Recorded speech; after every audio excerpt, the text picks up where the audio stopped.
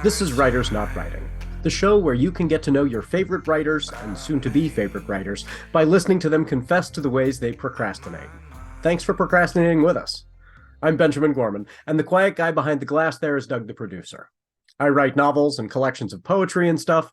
Doug tries his best to make me sound better. And each week we have a secret word to listen for. If you catch it, you earn the right to take an extra break at the time of your choosing from whatever is stressing you out. From Not a Pipe Publishing, welcome to Writers Not Writing. Today's secret word is Jalapeño Poppers. If I take my time. Welcome, everybody. Sorry we didn't have a show last week. We were at Rose City Comic-Con, and there just wasn't time to edit a show. Doug's busy. We're all busy at the booth. Thank you to all of you who came by the Not a Pipe Publishing booth to say hi.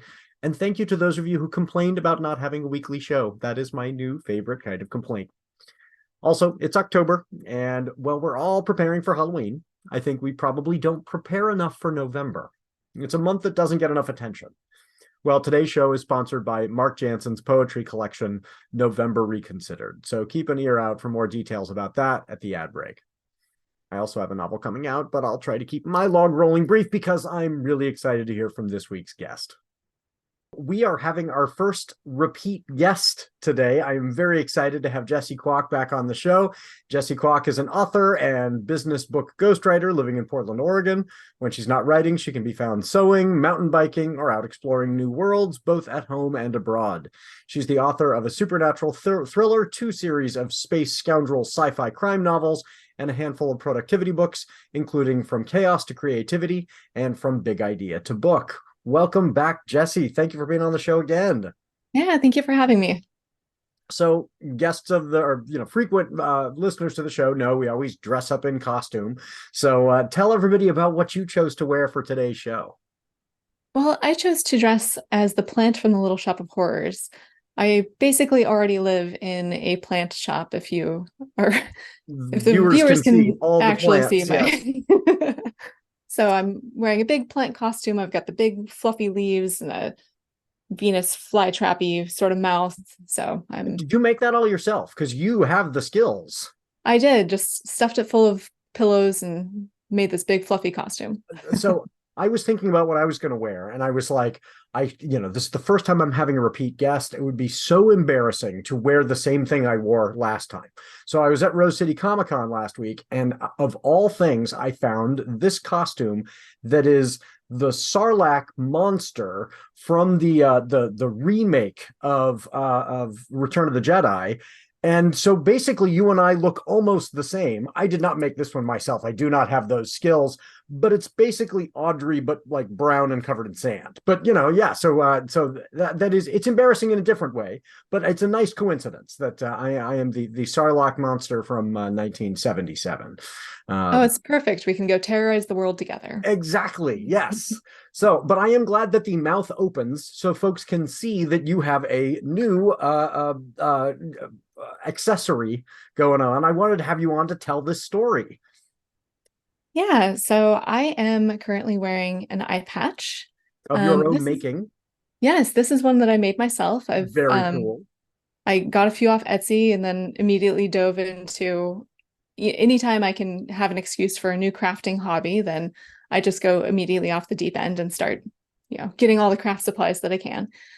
So about 10 weeks ago, in mid-July, Marc Teppo, who's another Portland author has he been on the show yet, or he has not yet? We totally need to have Marc on, but yes, tell me about this. Is his moment of heroism. This is pretty amazing. Yes, yeah. So he and I had been selling books at the Mississippi Street Fair, and as we're driving away, the car in front of us opened up fire and started firing into the street, and a bullet ricocheted back through the windshield and into my left eye. So Marc was an amazing getaway driver, rushed me to the hospital. We were only like 5 minutes away from Legacy Emmanuel. So it's been kind of a wild couple months. My left eye has been completely blinded, but it's healing. They were able to save the eye, and the optical nerve still works great. So hopefully someday we'll get cyborg eye future. Could be really fun. But yeah, This was, it's been a weird few months. as folks listening can imagine, this was terrifying. The entire writing community in the greater Portland, Oregon, Pacific Northwest was horrified. And part of what was so scary about this was this. I mean, Portland is not a drive-by shooting kind of town. Like, this was so out of the blue and so scary, and we were just terrified for you.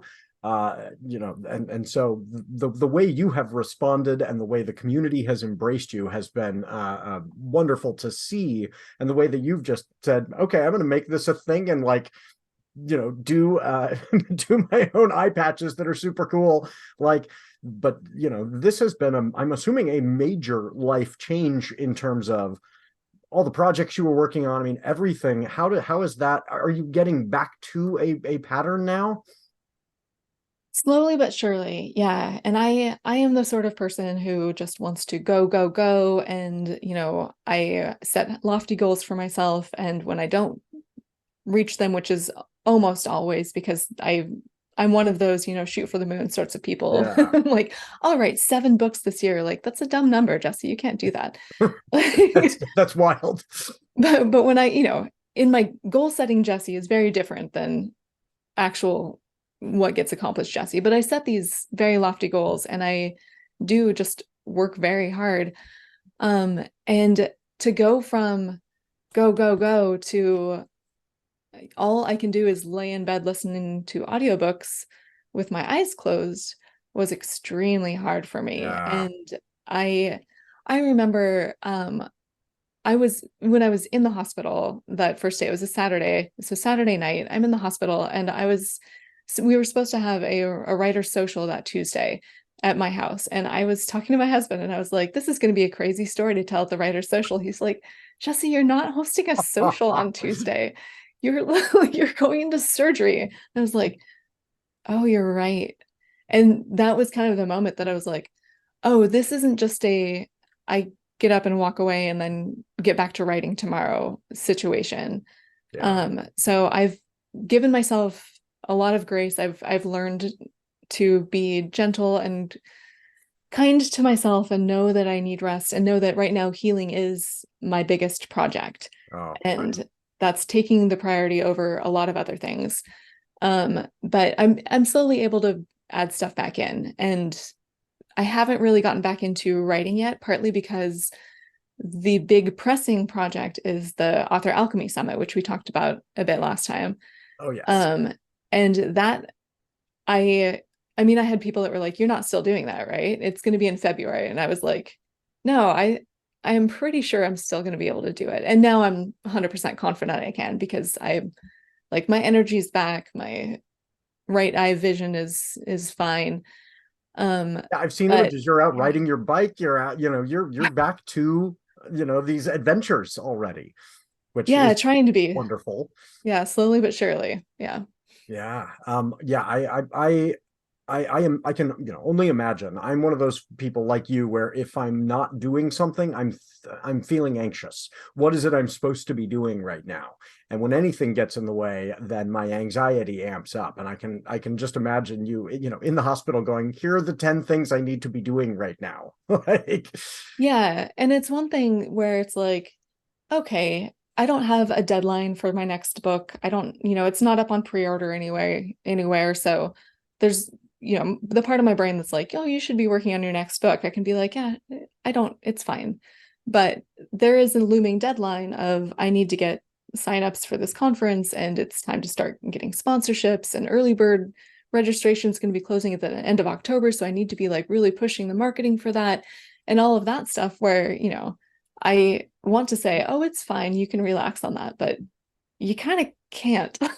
Yeah, so many logistics, but I am glad to hear that you are, that process of learning to give yourself grace is a real thing. Like, it's not, okay, I now suddenly have decided that I need to give myself a break. Like, that's got to be a constant reminder process for you. Like, take a breath. You can't do it all today. That I can imagine was a process.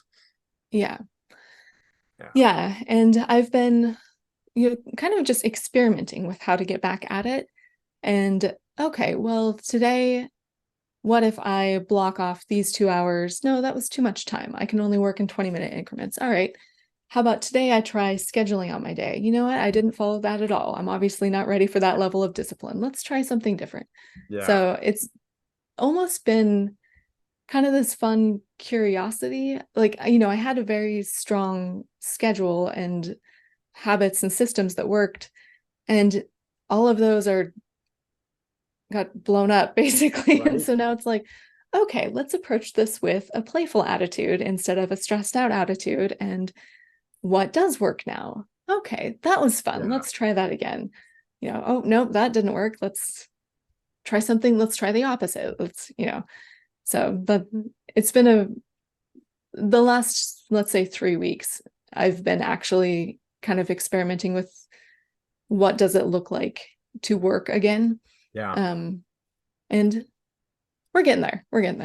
Well, and I'll bet with the Author Alchemy Summit, a lot of it is logistics. It's emails. Yeah. So it's how many can I send in a day before I'm just done? Like, because that's got to be a lot of contacting folks and organizing. But, well, I last time you were on, I was so excited. I did something I don't normally do, which was, I was responsible, and immediately after the show got on the mailing list. But then I went back to my normal self and was irresponsible and didn't register. And so I want to thank you for sending out the reminder email that the early bird pricing is going to end. And those of you who are paying attention to the show right now and heard about this and went, oh, that's something I should do. Yes, the early bird pricing is going to end. So let me be your reminder. Jump on that. I got it this week. I got registered and got in on the early bird pricing. I am really excited. That lineup is fantastic. And folks who register, you get to pick your breakout groups, and so you get to look through and see. And it of course it's too many to choose from. Like, there's too many good options. There was a little bit of choice paralysis, but I'm very excited about the folks that I picked to work with. So it's going to be really cool. Yeah. Well, the cool thing about it is, even though there's some choice paralysis, it's going to be a really small conference. So, I'm expecting about 100 attendees. So, I mean, if you don't get a chance to have a breakout session with the person that you really wanted, we've got some people like Joanne McCall, who's a local book publicist. She's going to be there. She's the one I want to talk to, because she's all about landing media presence stuff, and then like how to be in front of the camera. Her book is called Media Darling, and it's all about like, being in the media, which is as an introvert, like, I don't know how to do that. Joanne, tell me. But so, for example, if you weren't able to get into her session, or if there was another 2 sessions that you were like, oh, I really should do these instead, like, she's going to be around the conference. Yeah. All of these people are just hanging around, and it's not going to be a big group. There's not going to be a line of people to talk to them. So, it's I definitely signed up for hers as well. But I mean, that was the nice thing. I was able to look through and say, oh, this is something I need. Oh, this is something I particularly need. And I think that there are going to be folks who look at those and say, that's not my area of interest, but there are these others. And so, and yet it is focused. Like the whole conference is, it's not you're a brand new beginner, and we're talking about how to do plot structure. Like this is folks who are at a different place, and so I'm excited about the way that it's targeted, and yet it's got so many options. So it's going to be a cool group too. I'm going to be going around collecting a lot of business cards and just networking absolutely. with some wonderful people. I'm excited about that opportunity. So in the midst of all of the planning that you've got for that, what has been a distraction that you've allowed yourself this last week? Well, my cousin got married last weekend, and so they live in Maryland with their now wife. And they're both super nerds. And so the wedding was D&D themed, which awesome.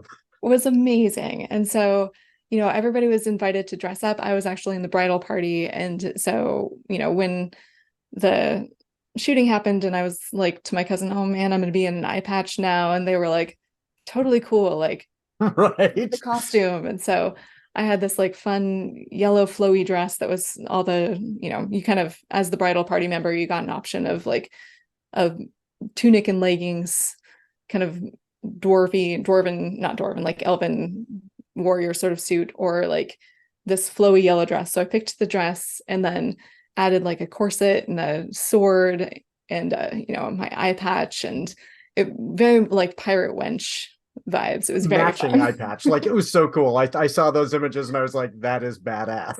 Yeah. It was so great. Yes, the adventurer at the wedding. I mean, I assume that wedding was an absolute blast. It was so much fun. So that was kind of the fun distraction that of the last week. And going into, back to the leather crafting, I made the happy couple a dice rolling tray out of leather, because like I said, when I didn't just buy like enough for a eye patch or two, like I have a whole side of a gown now. Of course. And all the tools. So I made them a dice rolling tray and then stamped their names in it with gold leaf. And then my husband Robert actually was the game master of the ceremony, basically. And so we got some blank D20s and I wrote 20 on every single side and little hearts around all the 20s. And so he, as a surprise, was like, after they did their vows, was like, all right, you two, we are now going to let the dice decide the fate of your marriage. And everybody in the audience is like, oh no. Oh no. Oh, that's brilliant. So he pulled out this tray and then handed my cousin and their wife the dice, and they both looked at him and then started laughing and then rolled. And he was like, natural 20s. Yes. Oh, that's so great. So when you're doing that kind of leather work, do you have to boil it to make it like a harder like leather, or do you just use a harder leather for that? I don't know anything about leather work before, besides like repairing the occasional belt. Adding a hole to a belt is about the extent of my skills. Yeah, so you can shape the leather by soaking it. I literally went into Tandy Leather Supply, which is over like by Costco, and I was like, I don't know anything, but I want to make an eye patch. And the guy was like, come over here, I will teach you everything. So you can soak the leather and then shape it, and when it dries, it'll retain its shape. Yeah. But with like the dice rolling tray, I just cut the piece that I needed and then dyed it and finished it, and that made it kind of a nice, not too stiff, but then I riveted up the side. So it's basically a square that I put rivets in the four corners to make it a tray. But yeah. Yeah. Oh, I love that the all natural 20s that's gonna stick with them forever. Like, that is brilliant. Yeah. That's so great. Oh yeah, I can imagine the audience going, a bunch of gamers going, oh, this could go really poorly. I know. And my cousin said later, they were like, I'm known for rolling nat ones, so I was so terrified. Yes, the reputation, the bad roller. Oh yeah. Oh, that's a great idea. So what about kind of in the news and in our community, what's been going on that's been pulling you away from your work? Yeah, so not a fun news story, but the Oregon Measure 114, which was passed last year, it's a gun control measure that was passed in Oregon that requires a permit to purchase handguns, and it restricts high capacity magazines to, I think it's under 10 bullets, which is plenty. As somebody who grew up in a family of, who did target shooting and stuff, like, that's plenty. Yeah. And so I voted for that when it came through last year, and it was immediately, of course, challenged in court. And so it passed, the challenge at the federal level passed, and it was so it was declared constitutional there, but it's currently on trial in Harney County. And I forgot to look this up before I got on, but I haven't seen the news yet if the judge has declared it constitutional or not. Did you see that? I have not heard yet. Yeah, Okay. I've been keeping an eye out for that one. I mean, I do think this is a news story that is the hopeful angle on this news story is that you have, immediately gotten into this advocacy lane. And so how has that worked for you? Like, how did you connect with the Oregon Alliance for Gun Safety? Did they reach out to you? Yeah, they reached out to me. So, this I voted for it because I was like, yeah, this seems really Me smart. too. And Oh, yeah. now it's highly relevant, which is no fun, but hey. But yeah, so the Oregon Alliance for Gun Safety reached out to me and said, like within the first week or so, and it's just like, hey, so sorry, we heard about what happened. If and when you feel like sharing your story in a way that might help with advocacy for better gun control and safety, please let us know. We'd love to work with you. They also are working with like different intervention programs in Portland.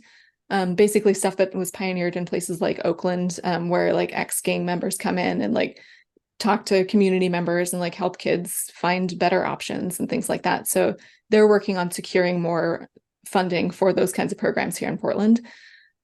So they're doing really good work, and it's all at that kind of the level of stuff that's not just like, oh, we're gonna throw some flowers around and paint roses on a mural and say, let's make Portland better. Like they're doing really awesome work. So I'm happy to, however I can use my storytelling ability to further their work, I think is good. Yeah, they're very practical. I worked with them on there was a piece of legislation that didn't make it through the legislature that was about safe gun storage. And I went and spoke to the legislature about it. I'm a gun owner myself, and yet I'm a public school teacher. This is, something we think about, just about every day. Like today could be the day, and it was really striking. The measure was so tame. It was like essentially like a law that would encourage people to have a safe, which is so small bore. Like, but it would save lives. If people had safes, we would have less accidents. We would have less firearms in the hands of kids who should not be taking them to school. Like this was very, very practical. And the forces that came out against it really illustrated to me that we are not dealing with a rational debate. Like this is not, how can we, should the speed limit be 5 miles higher, 5 miles lower? Should what rate of taxation? Like the folks who are opposed to this see this as an existential threat to an immutable right, and will not budge a bit, and they fought it, and so I was really pleased when the measure 114 passed. People in this state were saying this is a reasonable thing. This is not nobody is kicking down your door and taking your firearms away. These are some safety limits, and I appreciated the Oregon Alliance for Gun Safety, working and like you said, they are doing these other things, this good work but this is going to be a long challenge. How do we get people to engage in a constructive way around safety? But I'm so grateful. I mean, I find it inspiring that right away you are getting out there and getting involved in that, because like I said, Portland, Oregon is not I don't think of it as the kind of place. I grew up in Southern California where drive-bys were a thing, and at a time when that was far more common.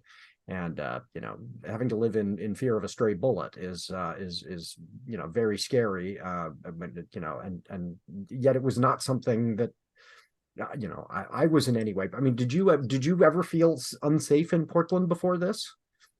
No.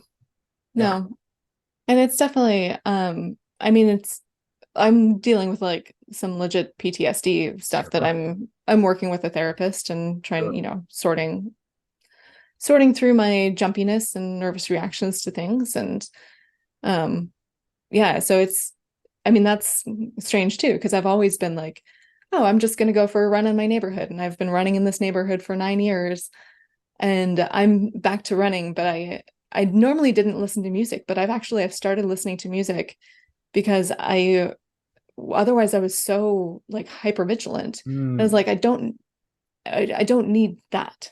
That's not healthy. Like awareness, very healthy. Paying attention, very healthy.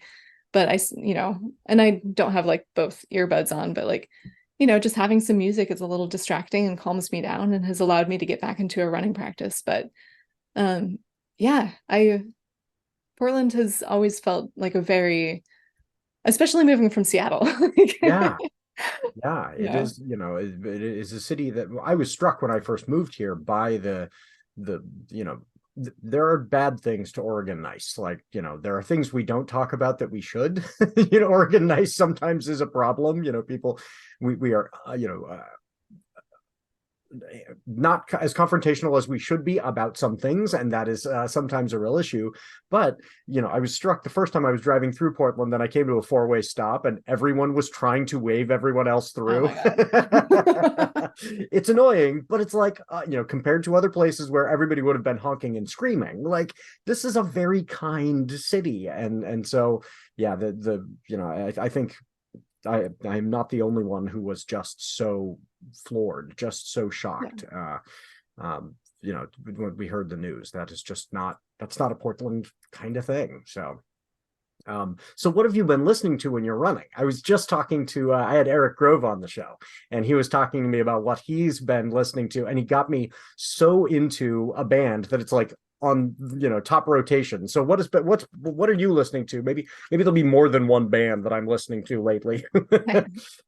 There's a radio station from Seattle called KEXP that we would listen to all the time up there, and they've got an app, so we still listen to it all the time down here. But one of the morning DJ, John Richards, he has a podcast called The Runcast. And he talks a little bit, he reads some letters from runners, he's got a great running playlist.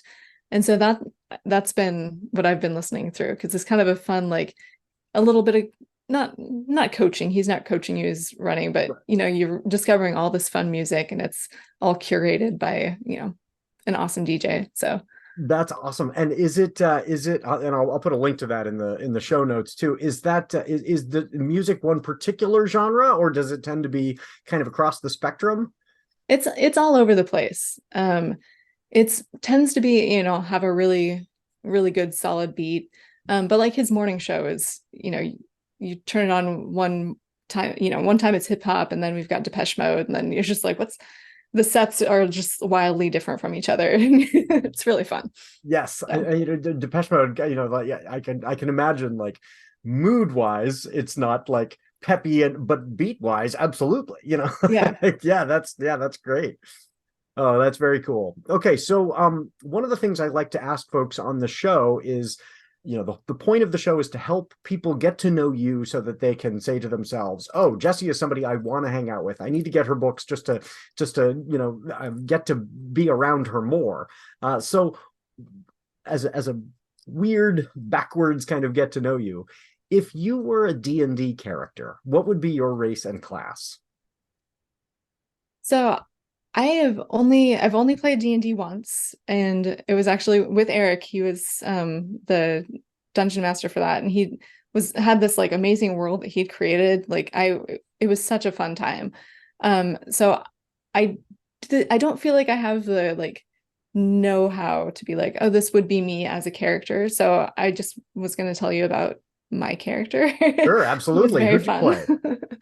And maybe she is actually me as like an encapsulation of a character. But she's a forest gnome warlock named Eliwick, and she's elderly, but she's very spry and wears a wildly colored like rainbow top hat and crazy clothes that she probably stole off a clothesline. But she's a street performer and petty thief, and basically is just she's the distraction of the party.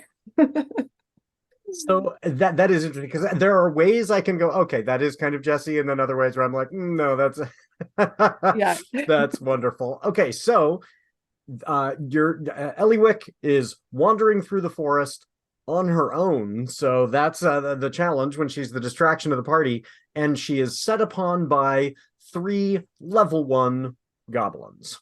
What does she do? Yeah, so as the distraction, she's not super fighty on her own, but she will just always go into like street performer mode at a drop of a hat. So she's going to pull out her deck of cards, start shuffling them in kind of a wild, fun way that hopefully gets the goblins to kind of back up and be like, wait, hold on a second, who are we about to attack? What's going on here?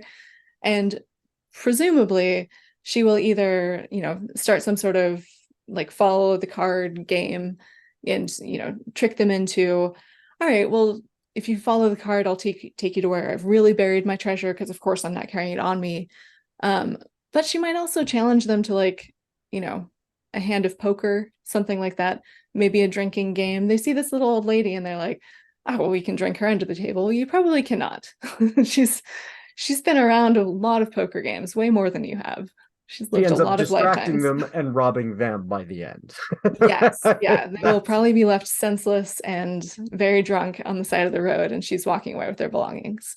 Perfect. Oh, I love it. Okay, well, we're going to go to our ad break, but when we come back, I'm going to ask you what you've been daydreaming about lately.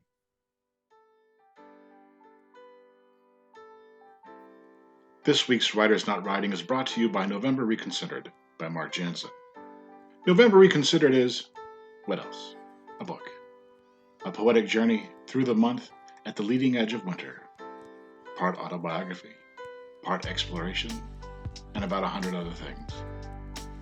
Find November Reconsidered via Amazon or wherever books are ordered. Read November Reconsidered. It will change your life. Hopefully, for the better.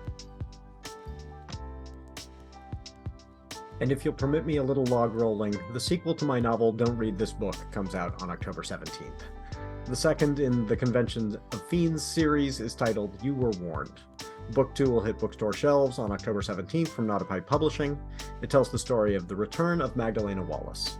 The world's greatest writer survived the novel, designed to kill readers, and now she needs to save humanity, and all the monsters too. In addition to her delightful non-binary golem friend, the compulsively foul-mouthed king of trolls, and the fan-favorite lesbian vampire, this adventure has baby werewolves. Maybe a dragon? Certainly a lot of social commentary and existential dread, a moderate amount of dismemberments and exsanguinations, and jokes. I love these kind blurbs from writers I respect so much. Be warned, this book is packed with monsters, comedy, action, romance, and adorable werewolf pups, writes Karen Eisenbray, author of Ego and Endurance, the Daughter of Magic series, and the Saint Rage duology. It's action-packed, filled with fantastic creatures, hilarious and sharp. We meet so many characters and return to an awesome one who is at the intersection of identities and honestly an inspiration, writes Jessie Kwak, author of Plums for Months, Memories of a Wonder-Filled Neurodivergent Childhood, and Benjamin Gorman is at least 3 goblins in a trench coat. There is no other logical explanation, writes Mara Anderson, author of Sparks, who is at least 3 winged unicorns in an off-the-shoulder A-line dress. There'll be a joint launch party for You Were Warned and Kate Ristow's Shadow and Shimmer, the third in her Shadow Girls saga, at Rose City Book Pub on Saturday, October 28th from 3 to 5. That's at 1329 Northeast Fremont Street in Portland. Costumes are encouraged, so dress up as your favorite monster or mythical creature, or just dress as a human ready to teleport into the universe of a great book. The whole family is welcome, and the book pub offers wonderful food and beverages. There will be games, prizes, and an opportunity to get your copies of your book signed. I would love to see you there in person on October 28th. So, Jessie, what have you been daydreaming about lately? Well, it is spooky season, and I absolutely love September, October. And we always throw a Halloween party, and one of my favorite things to do is to bake way too many Halloween treats. So I've got a whole like Pinterest board of anything that's kind of Halloween-y, but one of my favorite things that I've made in the past years is jalapeno poppers that are mummies.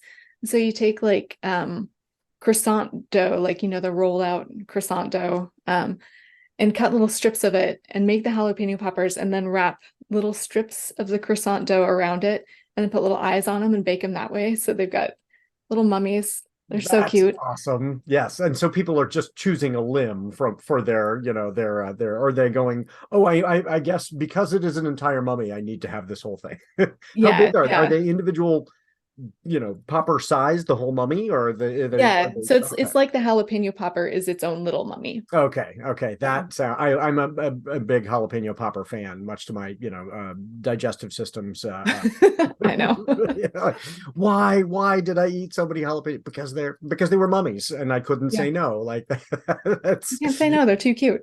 Yes, yeah, exactly. I could just imagine myself just standing over, you know, by the hors d'oeuvre table, like, let's talk over here because I just need to keep eating these. That would be Yeah, that sounds great. Yes, we are in full Halloween. I mean, I've got one of those households where our Halloween decorations stay up year round. In fact, we Right. got one of those 12-foot skeletons from Home Depot, and that will be up all the time in my neighborhood now. The neighbors, I'm sure, love that. But yes, the Halloween, and I'm totally leaning into it. I've got, this book launch with Kate Ristow. We're going to say to folks, dress up, come in costume.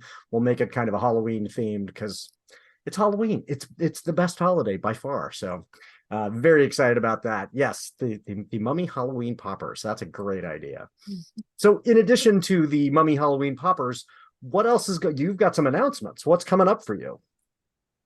Yeah, well, the Author Alchemy Summit, as we were already talking about, early bird pricing is going up at the end of October. So if people heard about it last time or have, been thinking about it, now is the time to jump on it. Yes, don't sleep on that. So, and then there was something else that you had coming up. What was that? so not something, this is not about, I don't have really any books coming out lately. So I was trying to think of something I wanted to make people aware of. And I have been absolutely loving Alison Epstein. She wrote A Tip for the Hangman was her last book. It's about Christopher Marlowe, and it's kind of a slight alternate history. It's funny and just delightful. And she's got a book coming out called Let the Dead Bury the Dead, which is about Russia in 1812. I literally know nothing else about it except that I love her writing. But what I really wanted to tell people about is she's got this Substack newsletter that is called Dirtbags Through the Ages. It comes out every 2 weeks, and she profiles a different dirtbag from history and just shreds them in a really hilarious way. She's just super funny, and any scandals, just telling all about the scandals and the craziness, and it's very fun. So that is great. So many of I the just wanted to Substacks I point people listen to to, that. I read are very heavy.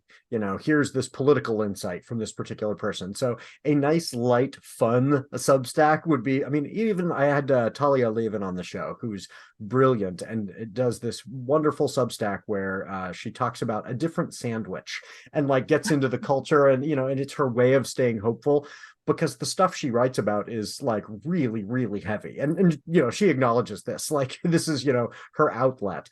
But even then, I'm, reading that, and then I'm getting back into her stuff. So this sounds really fun. So that's Alison Epstein, Dirtbags Through the Ages. I will have to check that one out. That sounds really great. Yeah. And I don't know Allison. I'm not getting a kickback off this. I hope she'll be my friend someday. Maybe she'll hear this. Yes. Well, we will. I'll reach out to her and say we want to have you on the show, and Jessie wants to hang out with you. So I do. yes. So we also ask a poll question each week, and I toss it up on the service formerly known as Twitter and other places. So what would be your poll question for the week? Well, I think I definitely already know your answer to this question because you just said it. Yes. But I wanted to ask people, when is the appropriate time to put up your Halloween decorations? Is it A, August, B, September, C, October, or D, leave them up all year like Ben does? Yes, and I know that's not for everybody. So yes, I'm interested to see how soon people get to work on that. And there's also the inverse. How long do you leave them up? Yes. Is it through the entire month of November? Should they be mixed with your Christmas ornaments? Yes, that's good. I will add that. So in addition to Allison's new book, what is another thing you're looking forward to reading? I've been slowly making my way through the Slow Horses series by Mick Herron, which is with Mark Teppo got me turned on to. And he is desperate for me to finish book 5 because he wants to talk to me about it. So book 4, which is Spook Street, is the next one on my list to read. Yes, you got me turned on to Fonda Lee.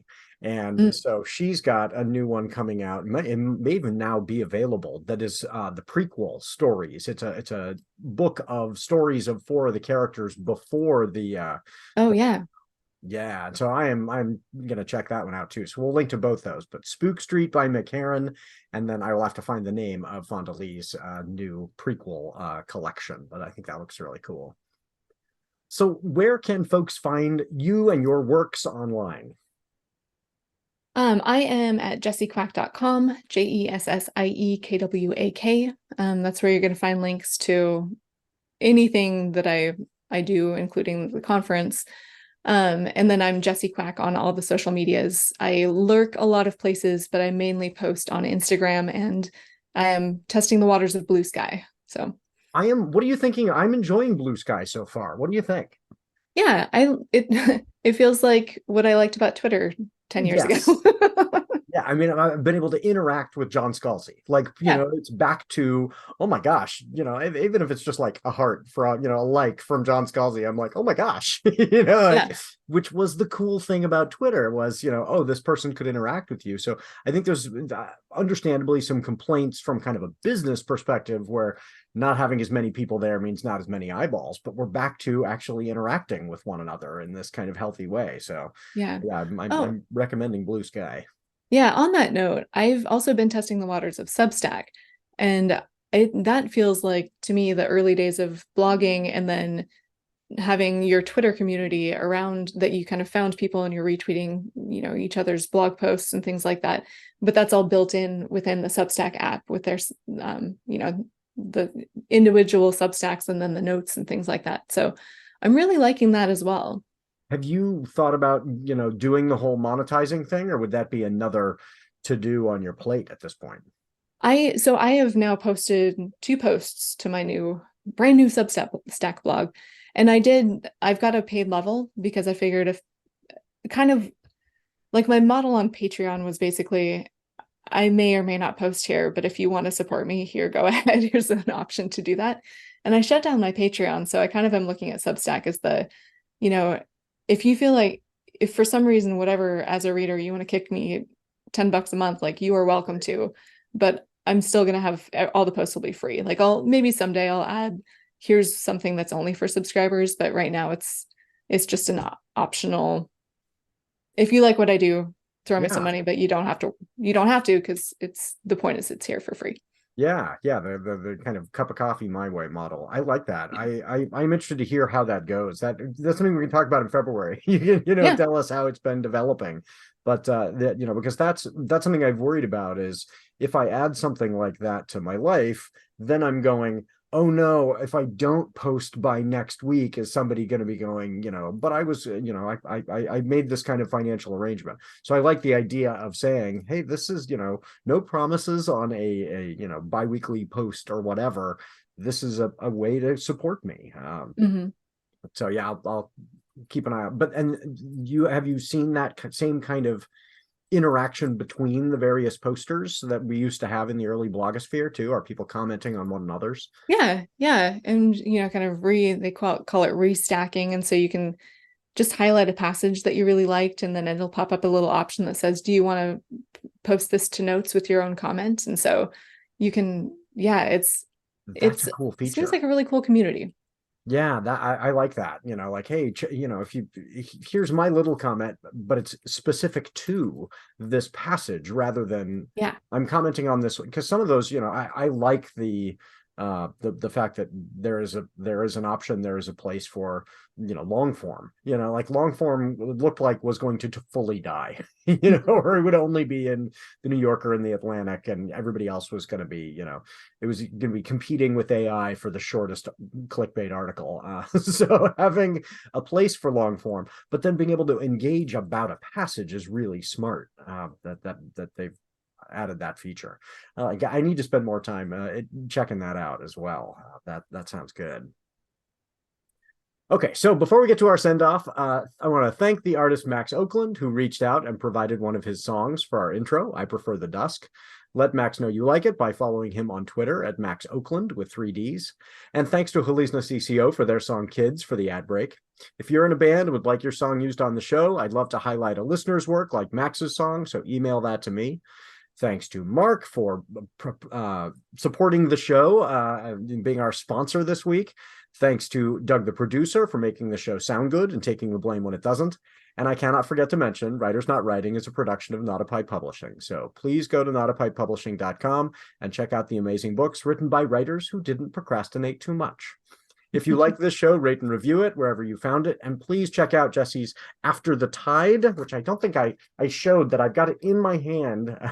This was, did I tell you about the way that the kind of surprise of this for me? No. So I pre-ordered it, and as soon as I heard about it, pre-ordered it immediately, and then totally forgot about it. And so it just made my day the day it arrived. I was like, oh yeah. So I have been looking forward to this. Tell folks a little bit about that so that they can be as excited about it as I am. What is the premise? It is, so the premise is that there's a city that the tides rose centuries ago, and so half of the city is underwater and has been for, in everyone's living memory. But for this night only, the moons have, don't think about the science, aligned to draw the tide out so far that you can actually get down into the lower levels of the city. And so our protagonist is drawn there by a mysterious game. It's kind of a mysterious scavenger hunt that's happening. And she goes and takes part in this game, but gets to see some of the mysteries that are actually at the heart of the city. So it's very fun. Yes, that sounds wonderful. So everybody check out After the Tide, and when you finish it, please give Jessie that 5th star and a little review. It makes a difference. It's just a little click and a few words, but it makes a big difference to authors. And if you could rate and review this show too, clicking that thumbs up an odd number of times is really helpful to us as well. Yeah, we really appreciate, whatever app you're using, just write a little review. That would be really great. So Jessie and I want you to remember 3 things as you're going into this week. Jessie, what's your advice for everybody? Take it easy on yourself. You're probably doing really well. Yeah. I'll follow that up with a framing that was from my fiance that I find really helpful. I believe she got this from her therapist, so I'm want to give credit where credit's due. But she says, she reminds me all the time, if 80% is all you can give, then 80% is your 100%. I love that.